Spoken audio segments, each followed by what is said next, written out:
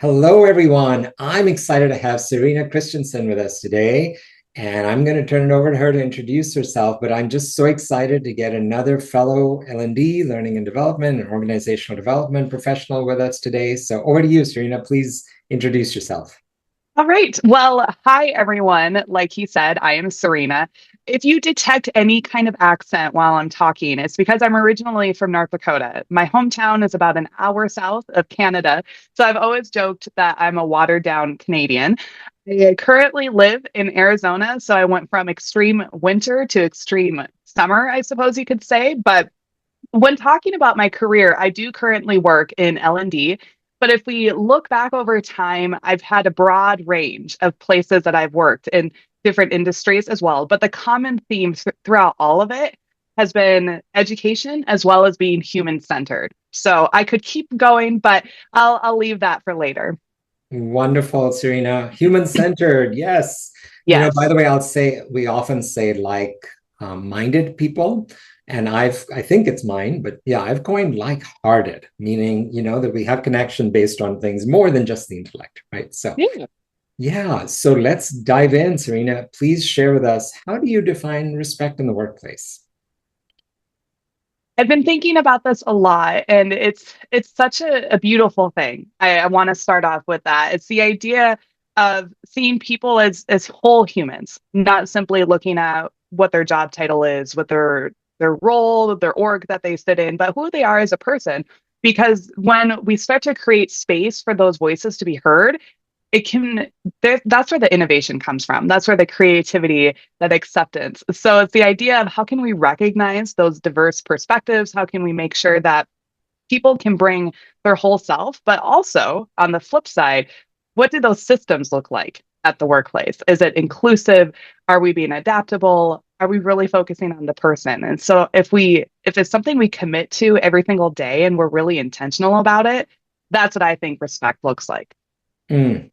Beautiful. And I love, yeah, like others, you brought in the systems theory aspect of it, but from a very human-centric way, right? So it's not Yeah. just the mechanics of it, it's really what's the intent and impact on people. Yeah. So Serena, yeah, let's dive into when there's respect in a company culture. What does that look like and feel like, and what's been your experience? I think, excuse me, when respect shows up, it's almost you notice it when it's not there. I think it's easy to be in those situations where things are going really well, you almost take it for granted. So when it's showing up, when it exists, it's the idea of you feel safe. You feel that you can trust your team, that there is that strong sense of belonging.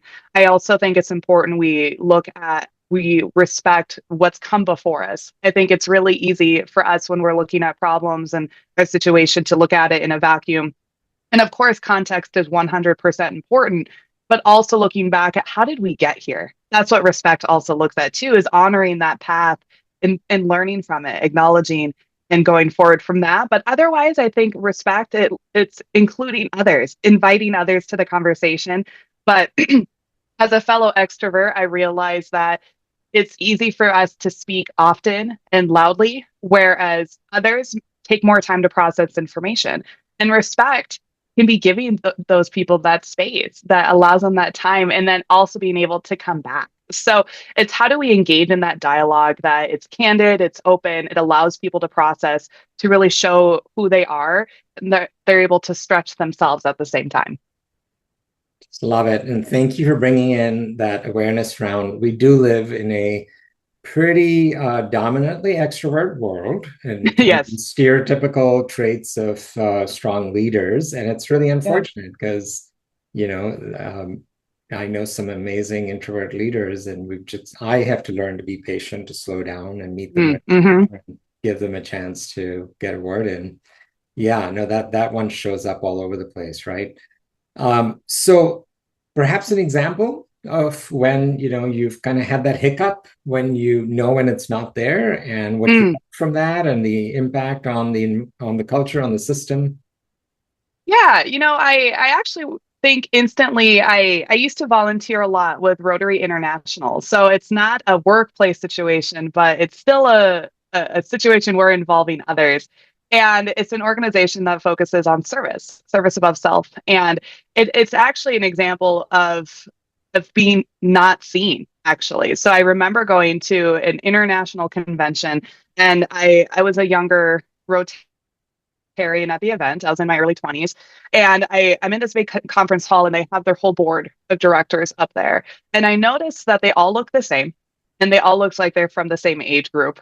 And I was sitting next to a friend of mine, and I looked at her and I said, I don't see us up there. I don't feel that we are represented in this leadership. And so that was an example that made me really think about how representation matters. And so I didn't talk about that before, but respect also, when we talk about feeling seen, it's also feeling seen in the organizational structure. That it's not the idea of having token figures and you're simply checking a box. It's individuals who have rightfully so earned their spot, but it also represents the different segments, the different audiences that are there. So I remember going back to my Rotary Club and bringing this up, and I did hold leadership positions on a local level within the organization, which was a step. It was a step forward of let's have a young female in leadership to inspire others to get involved. So that was one situation that really got me thinking of what does that look like to be seen?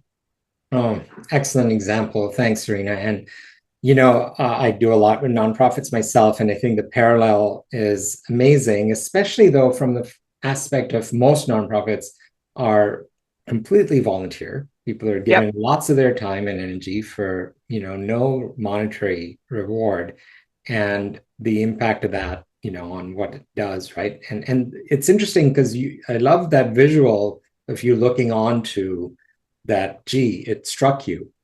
Yeah. I'm actually curious, have you ever had somebody who's on the other side also see that without having it, brought to their attention by you, that, you know, because to me that's the nature of, like, when we talk Yeah. about allyship, and I'm not a fan of that term because it's Right. relegated into sort of a check the box and it's very loosely used. I get those that really take it seriously and unpack it. But to me, I think the one is co-conspirator. And so co-conspirator means, like, can you be observant within that ecosystem of looking and going, well, wait a minute, we're all men. Like, where's the other representation where, we're all older men and maybe we're all white men. And, Yep. you know, Yep.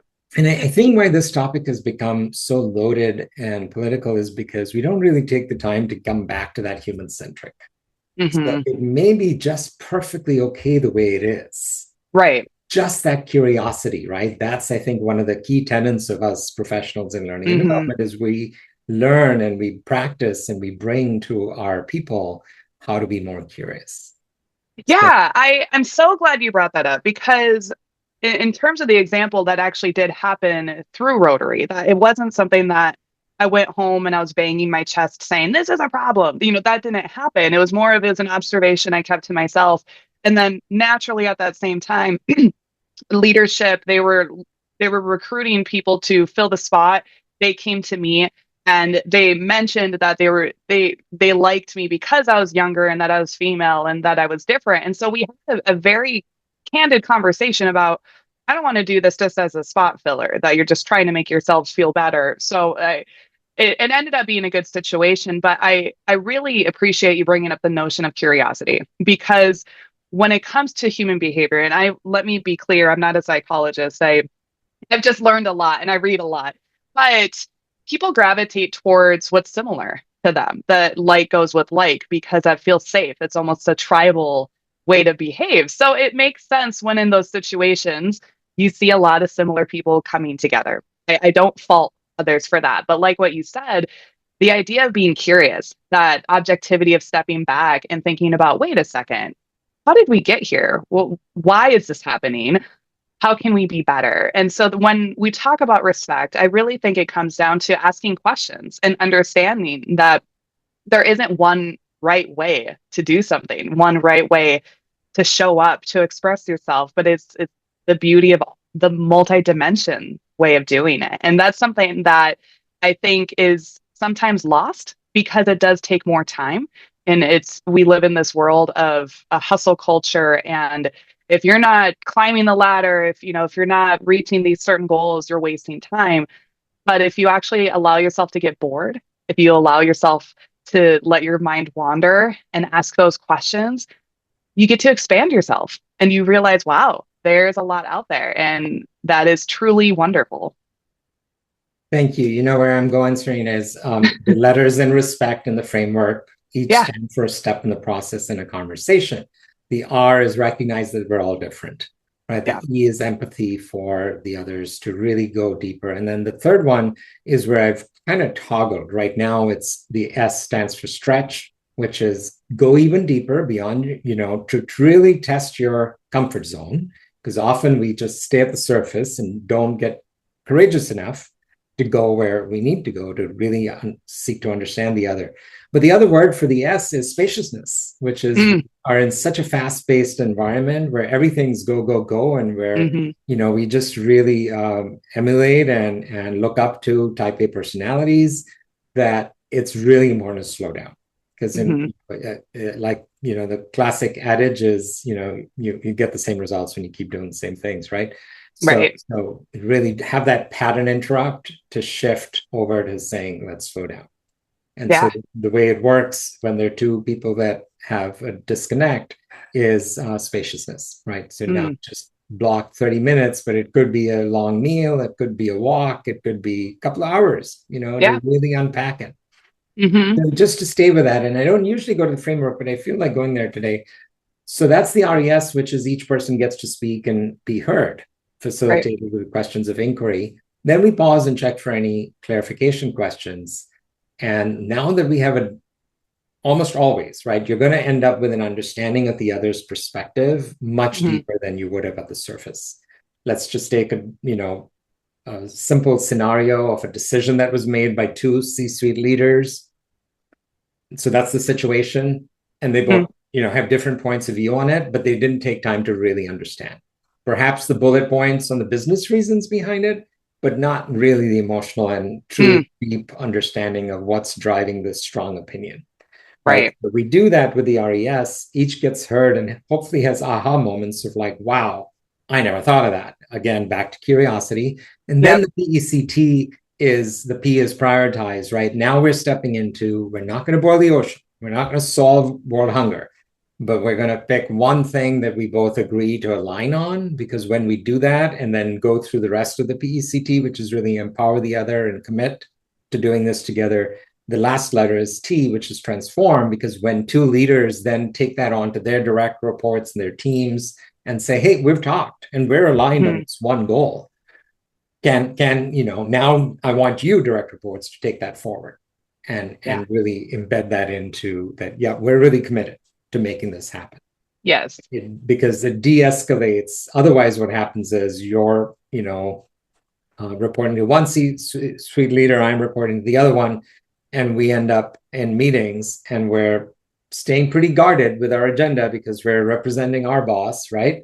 But when the bosses do that, when the C-suite leaders do that, and then tell you to go play nice in a Yep. genuine way, not just as some corporate speak, um, big change can happen and transform cultures.